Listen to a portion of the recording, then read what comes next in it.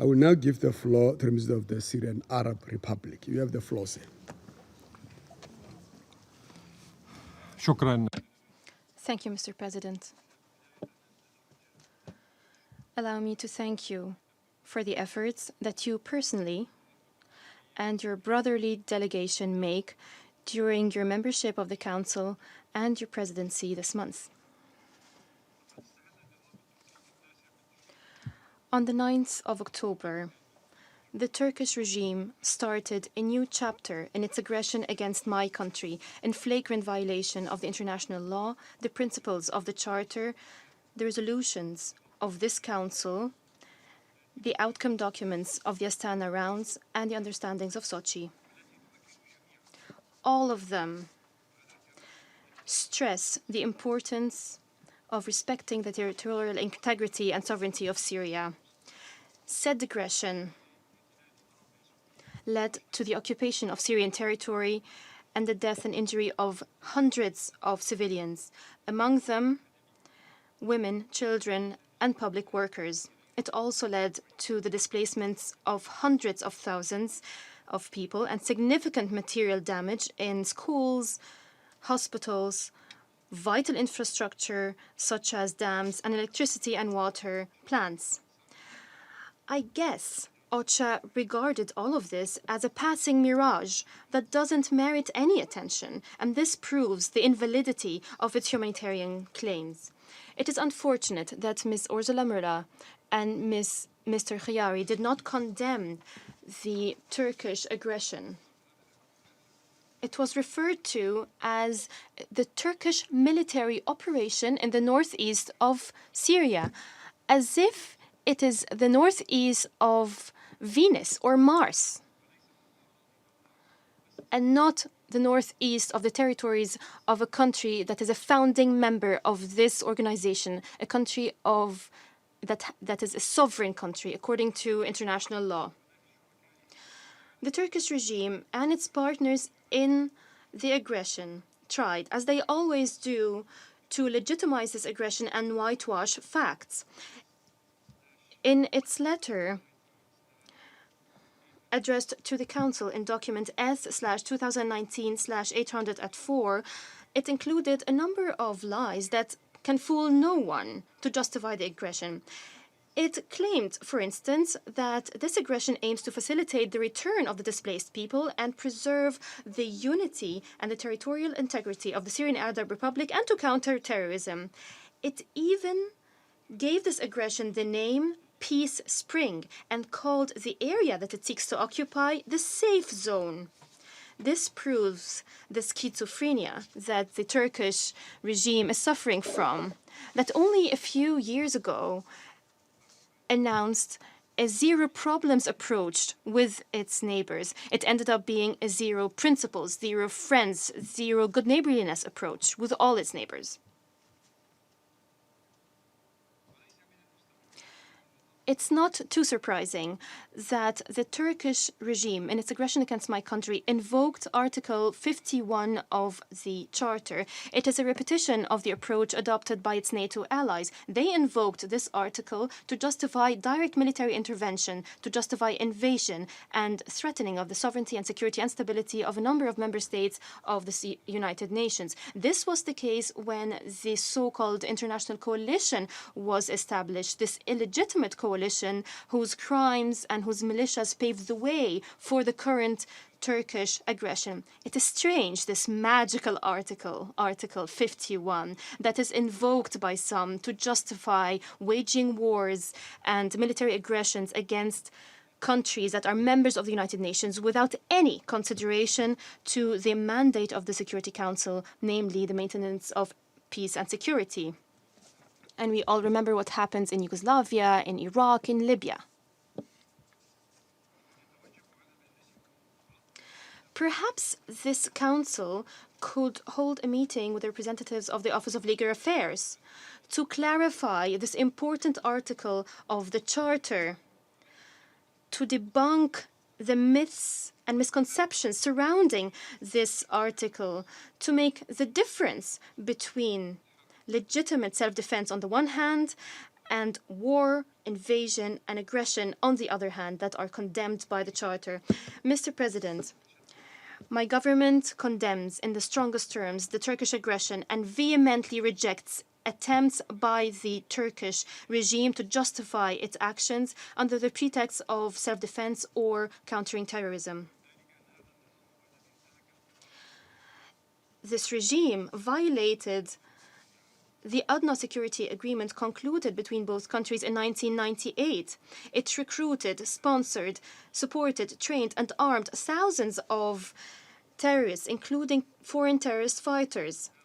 They were recruited from more than 100 countries.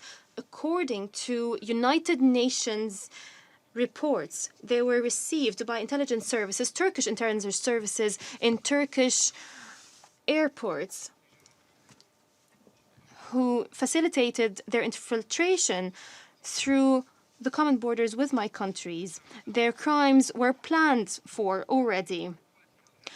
The Turkish regime recently brought them all together, integrated them with their forces so that they can participate in the latest aggression on my country. The condemnations that we heard today from representatives of European states, the condemnation of the Turkish aggression that was referred to as unilateral Turkish action. This condemnation does not absolve them from their responsibility in creating this current situation. They provided on a plate of gold to Erdogan all the justifications he needed for his aggression. Those countries played a vital role in sponsoring secessionist illegitimate militias in the northeast of Syria. They also played a major role in the emergence of terrorist organizations currently operating in Idlib and the surrounding areas. It is one of your own, namely the former American envoy of the anti-ISIL coalition, Brett McVoy. He said that Turkey allowed 40,000 Daesh operatives to transit through its territories, coming from 110 countries to join Daesh, and it refused to close its borders. This is what Brett McGurk said. This is the reality. Did you not know that? Did those countries not know that? What did they do to dissuade their terrorists from coming to my country? Nothing. They did nothing. They violated international humanitarian law. So those European countries always refer to the international humanitarian law to combat terrorism. We shouldn't send terrorists back to European countries. No. We need to provide them with the most delicious meals. We need to provide them shelter in 10-star hotels. That is how we combat terrorism. That is how we invoke the international humanitarian law. It is unfortunate that some are still committed to the usual hypocrisy and double standards. They amazed us when they commend the Turkish regime, its generosity in hosting Syrian refugees, and its role in humanitarian action, cross-border humanitarian action. And they ignore the fact that Erdogan would have not hosted one single Syrian citizen were it not for his plans to use them as tools in his to fulfill his expansionist agenda, to entertain the illusion of establishing an Erdogani Ottoman Sultanate, to use them to blackmail Europe, even if he needed to drown hundreds of them in the boats of death that Turkish smugglers operate in the Mediterranean. He wouldn't have facilitated cross-border humanitarian action, UN action, were it not for his desire to cover up the fact that he smuggled tens of thousands of terrorist fighters. He smuggled arms consignments. He stole oil, archaeological pieces, and wheat, Syrian products, over the borders. This is how we benefited from resolutions 2165 and 2449. Did you not know all of this? No, you did. But the hostility of some countries against my country prompted them to prefer an alliance with the devil at the expense of international law, ethics, human values, and the blood of the Syrian people.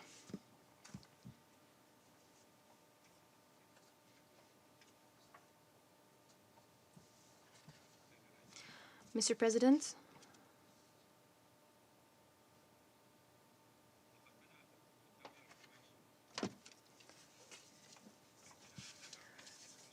the Ottoman Empire occupied Syria in 1516.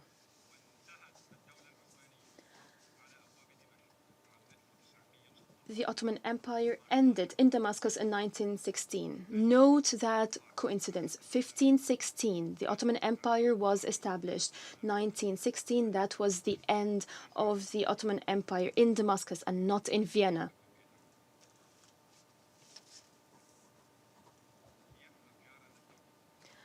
Our Turkish neighbor needs to understand that what we have in common are common interests, geography and history, and not hostility. Mr. President, my delegation sent to you yesterday an official letter that included our detailed response to the 63rd Secretariat's report on the implementation of humanitarian resolution. In the interest of time, I will only reiterate that the improvement of the humanitarian situation in Syria requires full respect of the sovereignty of the Syrian Arab Republic, its territorial integrity, through countering any military, political, and economic foreign interventions. We must ensure the full withdrawal of all foreign forces that are present in my country without any legitimacy.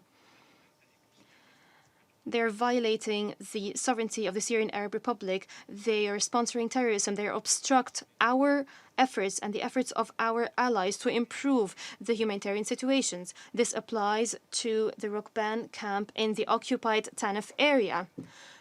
It is an area that no one mentioned today. No one mentioned that the Tanaf area is occupied by American forces and they're part of American territory. Syrian territory, rather.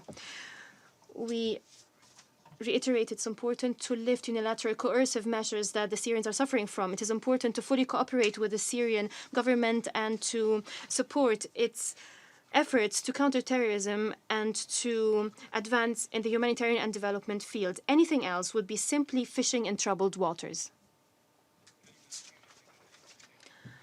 Lastly, a word to Ms. Markayou. She was in Damascus, as she said. She had important contacts with my colleagues in the Ministry of Foreign Affairs. We informed her of our national strategy in the area of demining. It is composed of 2 parts.